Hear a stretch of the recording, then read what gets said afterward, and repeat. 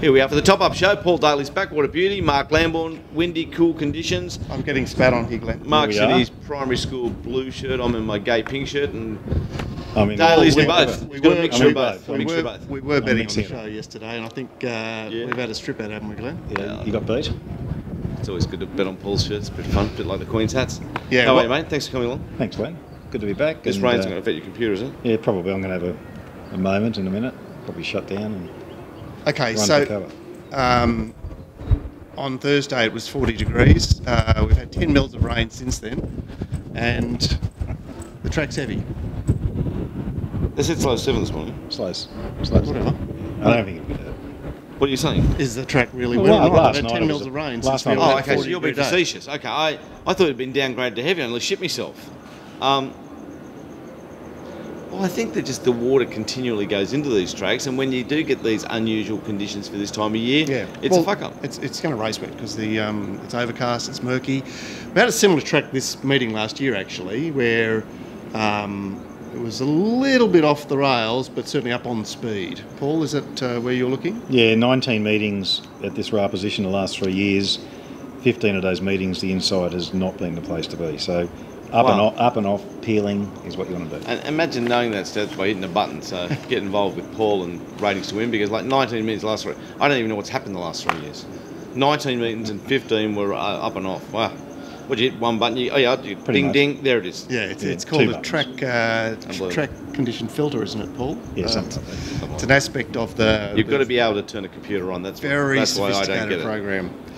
Okay, not much action in the first. McLaren remains the 4 to 6 or $1.65 pronounced favourite. Glenn, have you got anything to offer us this morning? Nothing really to say. Obviously, Mounting Yard Mile, which has been particularly poor for the last couple of meetings. I want to have a look at it, but I do think the trial looks sensational. I love the barrier. I love the rider. I love the whole setup. But do I love $1.65? It's a weird thing, isn't it? Can you recall seeing a Snowden horse that turns up here with a trial like that? No. It's very strange, and then we've got the favourite, the horse that was favourite in the Breeders' Plate, turn up with 3 trials looking like a camel. Yeah. Interesting race, Mark. Right. Paul, only for you? Oh, look, I'm not betting in the first few races, but based on the trials, you have to have a favourite. I don't want to take the price of the raced horses. Exceed the Stars is the only one that's got the numbers, but. Yeah, well, look, I mentioned on the show yesterday that Deep Chill worked his ring off there in a 1200, comes back to an 1100 on a soft track, and I thought it was at home. I thought it was a good comment, Mark. I'm something. Chance to run second.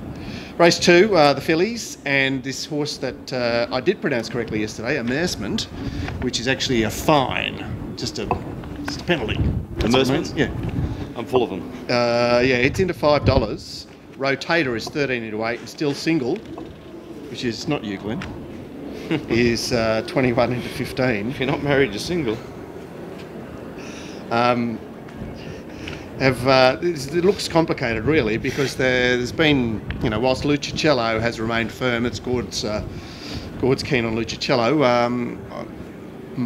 The action has sort of been around her, and our good man Jeff McMurray, who supplies pedigree analyses, is a bit keen on Amersement as well, which is the prominent firmer. GP, where do we go? Dog's breakfast. For me, it's going to be parade only. I don't know where to start going through the race again. Yeah, look, it looks a very complex race. I think, Paul, you're giving it the wide berth as well. Give it the wide berth. The Highway and Snip of Cindy's had some attraction this morning on account of the track being posted as a 7. Yep. But let's save. We can't afford to buy Paul a new computer if this one zaps out. Have you got insurance? Yeah, Snip of Cindy, who supposedly won on a heavy track at Kembla 3 starts ago. I think Ratings to Win will tell you that track was relatively dry.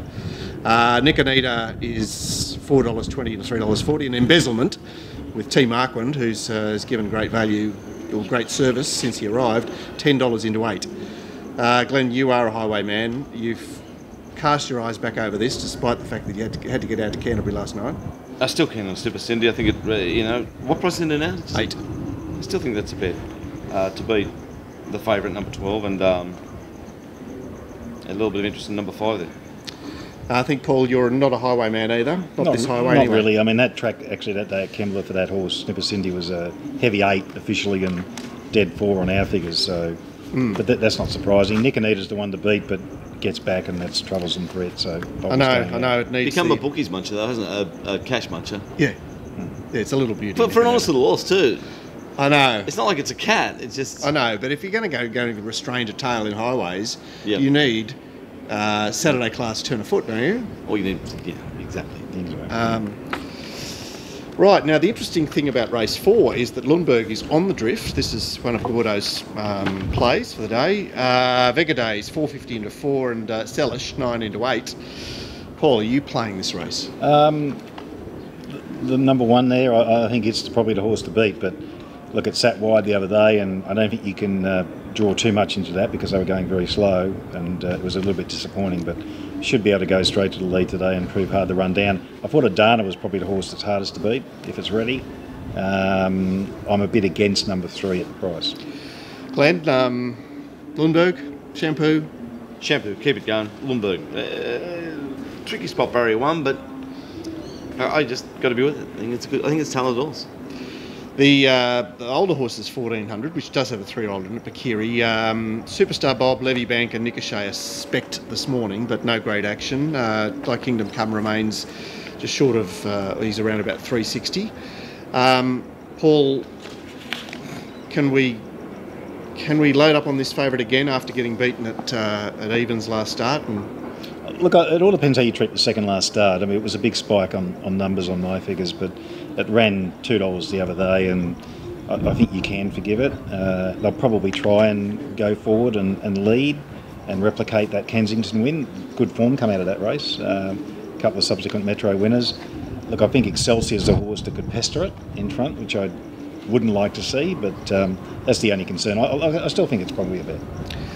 Glen Excelsior was the horse fresh up last time. It was actually on a much wetter track at Randwick, where it raced outside the lead all the way and looked the winner all the way down the straight until Seahampton got it in the shadows of the post. Yeah.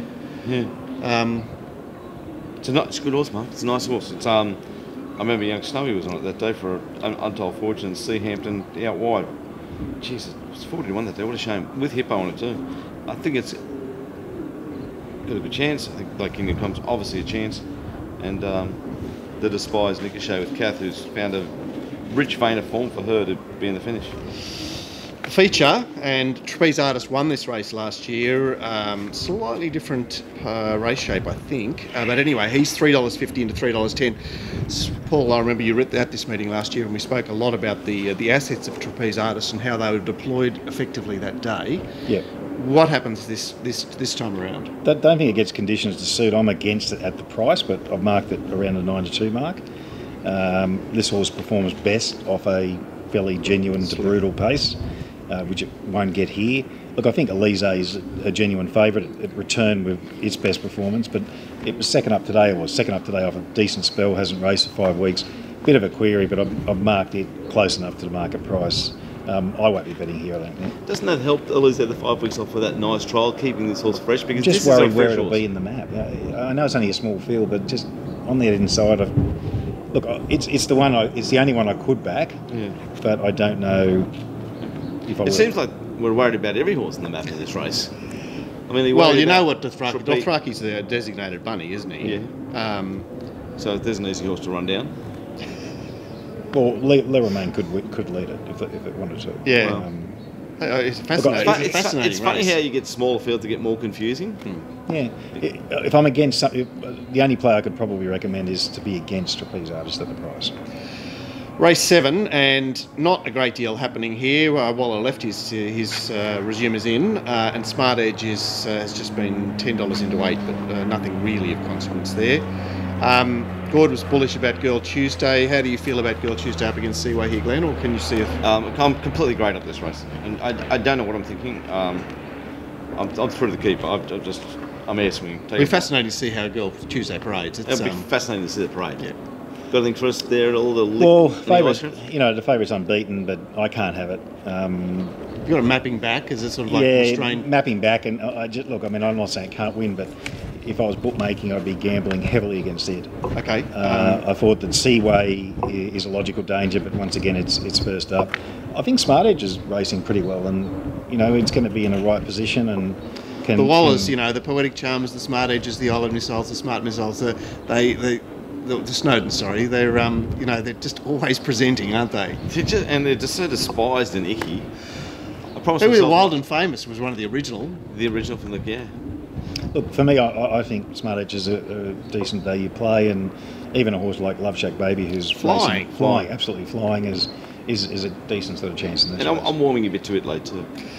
Okay, the penultimate, good move here for Nahul, $4.60 into $3.80. So it's the it's got the tag here. Cyber Intervention, Glenn, one of your horses, is 12 into 9, Yes, and a trickle for Nobu as well. I'm still keen on 15. I think it's got a great chance, mate. 15 Cyber Intervention. Will there be a play here for Monsieur Susu? Kathy off. But can you get the $42 on Betfair last start out of your head when it was $13 in the ring? Okay, but it all its forms in ground, right? On soft tracks. Okay. Soft to heavy tracks. It was heavily backed at Warwick Farm when the rain came prior to Christmas there, and got the job done, and then went up to 1800 on a dry track and was battling away. Here it's lost its other leaders, so Lost calf. it's lost calf. Can we play there or not, or you're more bullish about something else here, Paul? Well, I'm heavily against Asterius. I mean, it's I just can't see how it's $5. And for me, Nuckwell, or however you pronounce it, number 7. Nuckwell, that sounds good. That's just what they called it on the tapes, I think. But look, it's in good form and it's going to be there, and I can't see any reason why it can't win this race. So for me, that would be the main play. Wish I could knuck well occasionally. The best thing about the last race is that we've seen a move here for Performer, $6 into $4.20. He's bordering on mythical, certainly with me. How does he fit in here in this race, Paul? Look, I've got this race probably the toughest of the day outside those first few that I don't want to bet in. So Performer and Perrette equal around about the 92 mark. I don't want to back any of them, really. I think Perrette may need another run, but could easily win it. George's some sort of hope, All Too Royals some sort of hope.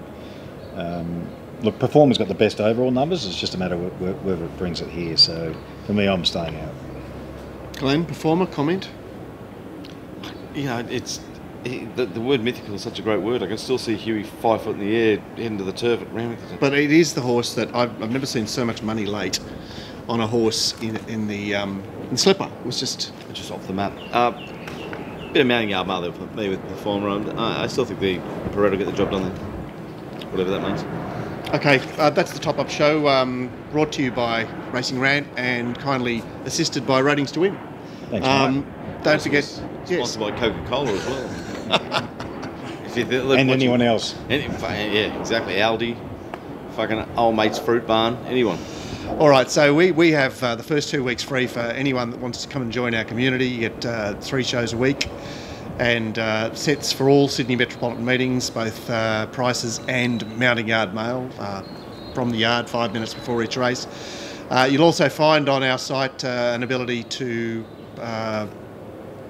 avail yourself of a Ratings to Win info package, which tells you all about the sophisticated software that I cannot do without anymore. So I guess you could say I'm powered by Ratings to Win. And as I mentioned before, the first 2 weeks are free, so come and check us out. We'd love to have you on board. Good on you guys. Thanks, guys. Cheers.